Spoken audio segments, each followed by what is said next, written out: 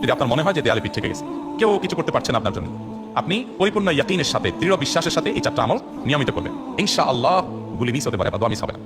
আমি এমন এক ভয়াবহ বিপদে আছি যা থেকে উত্তরণের কোনো পথ আমার সামনে খোলা নাই, এমন কোনো আমল শিখিয়ে দিবেন যে আমলের মাধ্যমে এই ভয়াবহ বিপদ থেকে আমি রক্ষা পেতে পারি। ভাইরা আমার এই ধরনের প্রশ্ন আমাদের কাছে অহরহ আসে যে এমন বিপদে আছেন যে বিপদ থেকে আসলে রক্ষা পাওয়ার জন্য আপাত দৃষ্টিতে কোনো পথ পরিদু চোখে দেখতে পাচ্ছেন না, এক কথা দেয়ালে পিঠ থেকে গেছে। এইরকম পরিস্থিতিতে একজন ইমানদার আল্লাহ রাব্বুল আলামিনের কাছে তার এই সমস্যাকে তুলে ধরবার জন্য কয়েকটা আমল আমরা বলতে পারি, যে আমলগুলোর মাধ্যমে আল্লাহ তাআলা ওই অসম্ভবকে তার জন্য সম্ভব করবেন ইনশাআল্লাহ। এবং এই আমলগুলোর চর্চা আমার জীবনে আমি করে দেখেছি, এগুলো প্রয়োগ করে দেখেছি, আমলগুলো করে দেখেছি। আলহামদুলিল্লাহ, যেখানে মনে হয়েছে এই সমস্যা বাহ্যিকভাবে সমাধান যোগ্যই না, আল্লাহ তাআলা সেটাকে অলৌকিকভাবে সমাধান করেছেন। আমার জন্য বহুবার আমি দেখেছি। এরকম 4টা আমল আছে যেগুলো আমরা কোনো বিপদে পড়লে, নারী হোক, পুরুষ হোক, পারিবারিক হোক, আর্থিক হোক বা নিরাপত্তা সংশ্লিষ্ট হোক, যে কোনো সমস্যা হোক, যদি আপনার মনে হয় যে দেয়ালে পিঠ থেকে গেছে, কেউ কিছু করতে পারছেন আপনার জন্য, আপনি পরিপূর্ণ ইয়াকিনের সাথে, দৃঢ় বিশ্বাসের সাথে এই 4টা আমল নিয়মিত করবেন। এবং আমি বহু মানুষকে পার্সোনালি এটার পরামর্শ দিয়েছি, ওরা আমল করেছেন, আমল করে উপকৃত হয়েছেন। এরকম বহু মানুষ আছেন। বৃদ্ধ মানুষ, বাবা ক্যান্সার আক্রান্ত হয়েছেন অনেক দেরিতে, আল্লাহ তাআলা অনেকভাবে সাহায্য করেছেন। হ্যাঁ, কখনো যদি আল্লাহ তাআলা আমলগুলো করার পরও আমার বিপদ দূর না করেন, তাহলে হয় আমার আমলের মধ্যে কোনো ত্রুটি ছিল, অথবা আমার এই বিপদ দূর না হওয়ার মধ্যে আমার জন্য কোনো কল্যাণ নিহিত ছিল। আল্লাহ তাআলা আমার দোয়া কবুল করে যে উপকার হতে তার চেয়ে বেটার কিছু হয়তো আমাকে দিবেন, এই ইয়াকিন একজন ইমানদারের থাকে। সে 4টা আমলের 1 নম্বর হলো ইস্তিগফারের আমল। ইস্তিগফার, আপনি ফেসে গেছেন কোনো জায়গা, কোনো উপায় পাচ্ছেন না, আপনি ইস্তিগফার করতে থাকেন। আস্তাগফিরুল্লাহ ওয়া আতুবু ইলাইহি, আস্তাগফিরুল্লাহ ওয়া আতুবু ইলাইহি, আস্তাগফিরুল্লাহ ওয়া আতুবু ইলাইহি, আস্তাগফিরুল্লাহ, আস্তাগফিরুল্লাহ, আস্তাগফিরুল্লাহ আল্লাযী লা ইলাহা ইল্লা হুয়াল হাইয়ুল কাইয়্যুম ওয়া আতুবু ইলাইহি ওয়া লা হাওলা ওয়া লা কুওয়াতা ইল্লা বিল্লাহ। اللهم انت ربي لا اله الا انت خلقتني وانا عبدك وانا على عهدك ووعدك ما استطعت اعوذ بك من شر ما صنعت ابو لك بنعمتك علي وابو لك بذنبي فاغفر لي فانه لا يغفر الذنوب الا انت سيد الاستغفار। এভাবে যে কোনো ইস্তিগফার করতে থাকেন আপনি, বেশি বেশি করে আল্লাহর কাছে ইস্তিগফার ক্ষমা প্রার্থনা করতে থাকেন, খুব বেশি আপনার দুই ঠোঁটে অনবরত আপনি চাইতে থাকেন আল্লাহর কাছে ক্ষমা। এই ইস্তিগফার সম্পর্কে নবী করিম সাল্লাল্লাহু আলাইহি ওয়াসাল্লাম বলেছেন, মান লাজিমাল ইস্তিগফার, যে ব্যক্তি ইস্তিগফারকে আঁকড়ে ধরবে, আঁকড়ে ধরা মানে কি, এটা ছাড়বে না, সে করতেই থাকবে অনবরত। টয়লেটে যাওয়ার সময়টা, ঘুমের সময়টা, খাওয়ার সময়টা বাদে, অবসর নামাজের সময়টা বাদে সারাক্ষণ সে ইস্তিগফার করবে। এরকম যদি কেউ করে, আল্লাহ রাব্বুল আলামিন জাআলাল্লাহু লাহু মিন কুল্লি হাম্মিন ফারাজা ওয়া মিন কুল্লি দাইয়িকিন মাখরাজা, সকল পেরেশানি থেকে, সকল টেনশন থেকে বের হওয়ার পথ আল্লাহ তাআলা অলৌকিকভাবে তার জন্য আবিষ্কার করে দিবেন। এবং আমি আমার জীবনে যেটা বলেছিলাম, বিস্তারিত বলতে চাই না, এরকম পরিস্থিতি আসছে যে চোখের সামনে কোনো আপাতত রক্ষার কোনো পথ আর খোলা নেই, এমন ভয়াবহ বিপদ। ইস্তিগফার করতে করতে এমন ভাবে আল্লাহ তাআলা সাহায্য করেছেন যে এটা কল্পনা করলেও মনে হয় যে স্বপ্নের মতো। কিভাবে এখন এই লোক এই জায়গায় আসলো আমার সাহায্যের জন্য, এর এই জায়গায় আসার কথা না, ঠিক উনি এসে হাজির হয়ে গেলেন এবং উপকারটা আমার সমাধানটা হয়ে গেল সমস্যা। তো আলহামদুলিল্লাহ, বহুবার আমি পরীক্ষা করেছি আর আমার পরীক্ষা 2% নাই, হাদিসে বলা আছে, গ্যারান্টি দেওয়া আছে, আমার পরীক্ষা করলি কি না করলি। তাহলে একটা আমল হলো কি, ইস্তিগফার সব সময়ের জন্য এটা কন্টিনিউয়াস করবেন। আর এমনি অবসর সময় ইস্তিগফার করবেন। আরবদের মধ্যে সৌন্দর্য আছে, তারা বিভিন্ন ডাক্তারের ওয়েটিং রুমে বা বিভিন্ন জায়গায় মানুষ যেখানে অপেক্ষা করে পাবলিক প্লেসগুলোতে লিখে রাখে ইস্তিগফার করুন, আপনার হাইওয়েগুলোর পাশে লেখা থাকে ইস্তিগফার করুন, এবং তারা আসলে একটু পর দেখা যায় ইস্তিগফার করে। ভালো মন্দ গুণ সবার মধ্যে আছে, তাদের এই ভালো গুণটা আছে, ইস্তিগফার বেশি বেশি করা। আমরা ইস্তিগফার সচরাচর এইভাবে অনবরত অবসর সময় করার অভ্যাস অনেকের মধ্যেই নাই, আমরা এটা চালু করবো ইনশাআল্লাহ। বিশেষ করে যখন কোনো সমস্যা হবে তখন ইস্তিগফার চলতে থাকবে মুখে অনবরত, ধীরে ধীরে মহব্বতের সাথে নিজেকে, নিজের পাপ অপরাধগুলোর কথা স্মরণ করে আল্লাহর কাছে মাফ চাইতে থাকবে, পেরেশানি দূর হবে ইনশাআল্লাহ। 1 নাম্বার 2, দুরূদ। নবী করিম সাল্লাল্লাহু আলাইহি ওয়াসাল্লামের প্রতি দুরূদ পাঠ করা, এটা যদি আপনি নিয়মিত করতে থাকেন মহব্বতের সাথে, আল্লাহুম্মা সাল্লি আলা মুহাম্মাদ ওয়া আলা আলি মুহাম্মাদ কামা সাল্লাইতা আলা ইব্রাহিম ওয়া আলা আলি ইব্রাহিম ইন্নাকা হামিদুম মাজিদ, আল্লাহুম্মা বারিক আলা মুহাম্মাদ ওয়া আলা আলি মুহাম্মাদ কামা বারাকতা আলা ইব্রাহিম ওয়া আলা আলি ইব্রাহিম ইন্নাকা হামিদুম মাজিদ। আপনি একবার ছোট দুরূদ পড়েন, সাল্লাল্লাহু আলাইহি ওয়াসাল্লাম, সাল্লাল্লাহু আলাইহি ওয়াসাল্লাম, আল্লাহুম্মা সাল্লি আলা মুহাম্মাদ ওয়া আলা আলি মুহাম্মাদ, শুধু এইটুকু পড়েন। জাযাল্লাহু আন্না মুহাম্মাদাম মা হুয়া আহলু, শুধু এইটুকু পড়েন। আপনি এভাবে যেই কোনো দুরূদ নবী করিম সাল্লাল্লাহু আলাইহি ওয়াসাল্লাম যদি পড়েন এবং করতে থাকেন অনবরত, ইস্তিগফার পাশাপাশি দুরূদটা। দুরূদের ক্ষেত্রে নবী করিম সাল্লাল্লাহু আলাইহি ওয়াসাল্লাম বলেছেন যে এইটা তোমার জন্য যথেষ্ট হয়ে যাবে। তুমি যদি আল্লাহর কাছে আর কোনো দোয়া করতে না পারো, শুধু দুরূদটা পড়ো, তোমার সব পেয়ে যাবে, কিচ্ছু লাগবে না। এক সাহাবী বলেছেন, রাসূলুল্লাহ, আমার দোয়ার মধ্যে দুরূদ কত % রাখবো? আমি তো আমার অনেক কিছু আল্লাহর কাছে চাইবো, দুরূদ মানে তো নবীজির জন্য দোয়া, মানে আমার জন্য আমি দোয়া করবো, আপনার জন্য দোয়া কত % করবো? 1/3, 1/4, তারপরে হাফ, এভাবে বিভিন্ন পার্সেন্টেজ বলছিলেন তিনি। নবী করিম সাল্লাল্লাহু আলাইহি ওয়াসাল্লাম বলেছেন যে এর বেশি করতে পারলে আরো ভালো, আরো ভালো। ভদ্রলোক এর বেশি, ওই সাহাবী রাদিয়াল্লাহু তাআলা আনহু, তিনি এর বেশি বাড়াতে একটা পর্যায়ে বলছেন আমি সব দোয়া আপনার জন্য করি। নবী করিম সাল্লাল্লাহু আলাইহি ওয়াসাল্লাম বলেছেন তাহলে তোমার আর কোনো দোয়াই করতে হবে না, এর মধ্যে সব দোয়া চলে।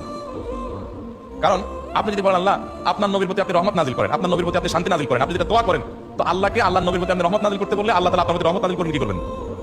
আপনি কাউকে খুশি করতে চান, কার কাছ থেকে কিছু আদায় করতে চান, তার ছেলেটারে যদি হাদিয়া তোফা দেন, আদর যত্ন করেন, তো বাই ডিফল্ট অটোমেটিকলি ওই লোকের সিম্পাথি আপনার দিকে আসবে, চোখ বন্ধ করে আসবে। তো আল্লাহর নবীর জন্য যখন আপনি দোয়া করবেন তখন আল্লাহ তাআলা আপনার রহমত নাযিল করবেন, এটা নবী সাল্লাল্লাহু আলাইহি ওয়াসাল্লামের ওয়াদা। যে কোনো পেরেশানি, তিনি আরো বলেছেন যদি কেউ দুরূদের আমল করে নিয়মিত, আল্লাহ রাব্বুল আলামিন তার সকল পেরেশানির জন্য যথেষ্ট করে দিবেন। এই আমলটা সবগুলো দিন পর্যন্ত যথেষ্ট হয়ে যাবে। এই দুরূদের আমলটা আমি দেখেছি সুবহানাল্লাহ গুলির মতো কাজ করে। আজকের ঘটনা, এক ভদ্রলোক সকালে একটা টেলিভিশন চ্যানেল, বেসরকারি চ্যানেল প্রোগ্রাম শেষ করে নামছিলাম লিফটে, তো উপস্থাপক উনি বলছিলেন যে ভাই, মানে দুরূদের আমল করে আমি কিছুদিন আগে একটা মানে এমন একটা অবস্থা যে এইটা থেকে বের হওয়ার কোনো কথা নাই, শুরু করলাম দুরূদ অনবরত, এরপরে আল্লাহ তাআলা আমাকে এমনভাবে উদ্ধার করলেন আমি কল্পনা করতে পারি। আলহামদুলিল্লাহ, এই আমলগুলো করে অনেক ভাইরা আমাকে অভিজ্ঞতা জানাইছে, আলহামদুলিল্লাহ তাদের অভিজ্ঞতা হলো। হ্যাঁ, ওই যে বললাম, কখনো যদি আল্লাহ তাআলা আপনার দোয়া কবুল না করেন, তাহলে হয় আমার ত্রুটি আছে, আর না হলে আমার জন্য আল্লাহ তাআলা এর চেয়ে বেটার কিছু রেখেছেন, আমি সেই ইয়াকিন রাখবো ইনশাআল্লাহ। আর এই দোয়াদের সমাধান হবেই হবে, সে বিশ্বাস থাকতে হবে। নবী করিম সাল্লাল্লাহু আলাইহি ওয়াসাল্লাম বলেছেন, হাদিসে কুদসিতে আল্লাহ বলেছেন, আনা ইনদাজান্নি আবদি, বান্দা আমার প্রতি যেমন ধারণা করে আমি তেমন আচরণ করি। আপনি চিন্তা করেন, করে দেখি হয় কিনা, দেখি ট্রাই করি, তাহলে ওই আল্লাহ তাআলা বলবেন ঠিক আছে দেখতে থাক। আপনি যদি ইকিন করেন যে না নবী করিম সাল্লাল্লাহু আলাইহি ওয়াসাল্লাম যে বলেছেন অতএব সেটা হবেই, আর আল্লাহ রাব্বুল আলামিনের কাছে আমি ওইভাবেই চাবো যে আল্লাহ দিবেনই, আমি নিয়েই ছাড়বো, ইনশাআল্লাহ গুলি মিস হতে পারে বা দোয়া মিস হবে না। ওই ইয়াকিন ওই ঈমান আমাদের আনতে হবে, চেষ্টা করবো তো ইনশাআল্লাহ। তাহলে দুটো আমল হলো, ইস্তিগফার আর দুরূদ। 3 নম্বর আরেকটা আমল হলো দোয়া ইউনুস। দোয়া ইউনুস, লা ইলাহা ইল্লা আনতা সুবহানাক ইন্নী কুনতু মিনাজ জালিমিন। বেশি বেশি পড়তে থাকবেন, যখন বিপদে পড়বেন ইস্তিগফার আর দুরূদ পড়বেন সবচেয়ে বেশি, আর মাঝে মধ্যে দোয়া ইউনুস, লা ইলাহা ইল্লা আনতা সুবহানাকা ইন্নী কুনতু মিনাজ জালিমিন। আল্লাহ সুবহানাহু ওয়া তাআলা কোরআনে কারীমে এই দোয়ার পরে বলেছেন ওয়া কাযালিকা নুনজিল মুমিনিন। এই দোয়া পাঠ করার মাধ্যমে ইউনুস আলাইহিস সালামকে পৃথিবীর ইতিহাসে সবচেয়ে অলৌকিক ঘটনা, সকল সায়েন্স, সকল আপনার বিজ্ঞানের তত্ত্ব সবগুলোকে আপনার সবগুলোর বিপরীতে বা সবগুলোকে আপনার ভুল প্রমাণ করে দিয়ে ওই জায়গাটার জন্য আল্লাহ তাআলা ইউনুস আলাইহিসকে মাছের পেটে ঢোকার পর সেখান থেকে আবার জীবিত থেকে বের করেছেন। অক্সিজেন অভাবে সেখানে মারা যাওয়ার কথা, আর নানা কারণে মারা যাওয়ার কথা, তাই না? কিন্তু আল্লাহ তাআলা তাকে রক্ষা করেছেন, কারণ এই বিপদে পড়ার পর থেকে এটা পড়তেছিলেন লা ইলাহা ইল্লা আনতা সুবহানাকা ইন্নী কুনতু মিনাজ জালিমিন। তো আল্লাহ তাআলা কোরআনে বলেছেন এটা ইউনুস, তার নবী ইউনুস আলাইহিস সালামকে আল্লাহ তাআলা এটার মাধ্যমে রক্ষা করেছেন, সেটা তার জন্য খাস না, এটা তার জন্য স্পেশাল না, বরং আল্লাহ বলেছেন ওয়া কাযালিকা নুনজিল মুমিনিন, এটা দিয়ে আমি তাকে রক্ষা করেছি, একইভাবে ঈমানদারদেরকেও এটার মাধ্যমে রক্ষা করব। এটা বড় অস্ত্র পেয়ে গেলাম, দোয়া ইউনুস বেশি বেশি পড়বেন ইনশাআল্লাহ, লা ইলাহা ইল্লা আনতা সুবহানাকা ইন্নী।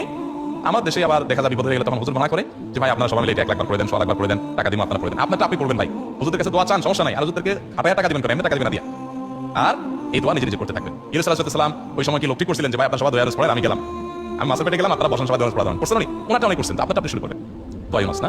4 নম্বর আমল হলো ইয়া যাল জালালি ওয়াল ইকরাম, এটা বিশেষ করে পাঠ করবেন। নবী করিম সাল্লাল্লাহু আলাইহি ওয়াসাল্লাম বলেছেন আলিযু বিয়া যাল জালালি ওয়াল ইকরাম, ইয়া যাল জালালি ওয়াল ইকরাম, এটাকে তোমরা আঁকড়ে ধরবে। ইয়া যাল জালালি ওয়াল ইকরাম মানে কি? এটা আল্লাহকে ডাকা, আর কিছু না। এবং হাদিসে বর্ণিত দোয়া এটা মাসনুন দোয়া। ইয়া যাল জালালি ওয়াল ইকরাম মানে হে মহা ক্ষমতার অধিকারী, প্রতাপশালী এবং সম্মানের মালিক, এটা বলার মানে হলো আল্লাহর কাছে নিবেদন করা, যেহেতু আপনার প্রতাপ আছে, আপনার জালাল আছে, আপনার বড়ত্ব আছে, এই বড়ত্বের অধিকারী এবং হে সম্মানের অধিকারী, আপনার যেটা আল্লাহ, আপনার যেটা আছে অতএব হে আল্লাহ আপনি আমাকে এটা দান, আপনার সেখান থেকে আমাকে গ্রহণ করুন, আপনার সেখান থেকে আমাকে, আপনার বড়ত্ব থেকে আমাকে আপনি হেফাজত করুন, আপনার কাম থেকে আমাকে আপনি তাদের আপনি আমাকে গ্রহণ করুন। তো সেই দোয়া আল্লাহ তাআলার কাছে নিবেদন করতে পারি, ইয়া যাল জালালি ওয়াল ইকরাম। এর পাশাপাশি তাহাজ্জুদের নামাজ এবং যে কোনো নফল নামাজ, কারণ নবী সাল্লাল্লাহু আলাইহি ওয়াসাল্লাম ইজা হাযাবা আমরুন সাল্লাহ, নবী সাল্লাল্লাহু আলাইহি ওয়াসাল্লামের কোনো পেরেশানি শুরু হলে আগে ওযু করে 2 রাকাত নামাজ পড়তেন, ওযু করে 2 রাকাত নামাজ পড়তেন। আমাদের যখন পেটে ব্যথা শুরু হয় আগে কার কথা মনে পড়ে? ডাক্তারের কথা মনে পড়ে। যখন গায়ে জ্বর আসে সবার আগে মনে পড়ে কিসের কথা? নাপা, ঠিক না? জ্বর আসছে গায়ে, সবার আগে আমরা কি চিন্তা করি?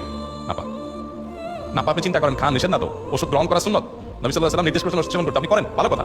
কিন্তু ইমানদার সবকিছুর আগে ব্যথা আসছে, তাহলে ব্যথার জন্য একটা ওষুধ দোয়া শিখেছেন, দোয়াটা আগে করবে, পাশাপাশি এটা করবে, এলো ইমানদারের কাজ। আমরা আজকাল ইমান থেকে অনেক দূরে সরে গেছি, আমাদের সেই দান করুন, তাহাজ্জুদের সময় তো অনেক বেশি দোয়া করবেন। তাহলে 4টা আমল ইনশাআল্লাহ আপনাকে এই ভয়াবহ বিপদ থেকে উদ্ধার করার জন্য সাহায্য করবে ইনশাআল্লাহ। সেটি নিয়ে করবেন, সেই সাথে আসসালাতু আলাইহি ওয়া সাল্লাম দান সাদাকা করা, অন্যান্য যে আমলগুলো আছে সেগুলোর সাথে সাথে জানান, বাকি 4টাকে বেসিক্যালি একটু জোরভাবে করতে থাকেন।